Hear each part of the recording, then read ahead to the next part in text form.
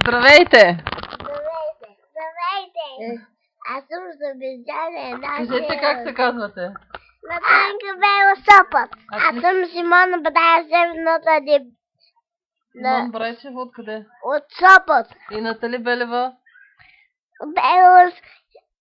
Бела Сопът. Така. Аз съм Ройс от литературните предизвикателства и ви обещах специален видеопоздрав, но тъй като гледам днес и утре моя син и моята племенница и трябва да го направим поздрава така. Светлината ми е ужасна, за което се извинявам, но няма как да стане по-хубаво. Няма да ви казвам нищо по-специално, просто се опитам да изредя имената на всички любими, не просто любими, на всички приятели от литературните предизвикателства. Ако все пак пропусна някой, извинявам се, но както виждате около мен е лека лудничка. Моя син не иска да влезе в кадър, така ще гледате племенницата, която е красива като Леля си, нали така? Да. Така. Сина на мама. Ти си сина на мама, естествено, мамо, ти си сина на мама. съм. Ти си на Леля племенницата, нали така? Да, Така.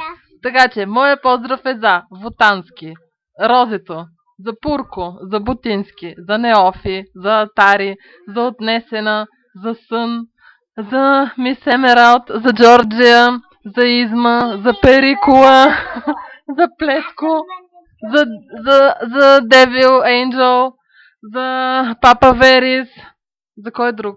За кой друг изпускам ви? За Инви, за Спарки, за Инди, за Еластина, за Шипка, за Гея, за... Кой пропускам? Кой пропускам? Сигурна съм, че пропускам някой. Кой пропускам, деца? За Сън. Сън, казах ли го Сън? За Сън.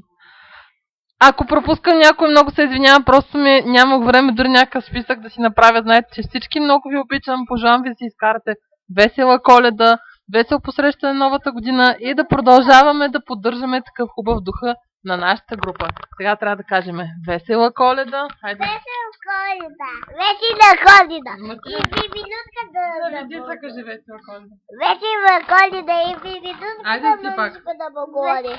Аз съм манишка бибинутка. Айде сега кажете чао. Остави пеперутката. Кажете чао. Чао!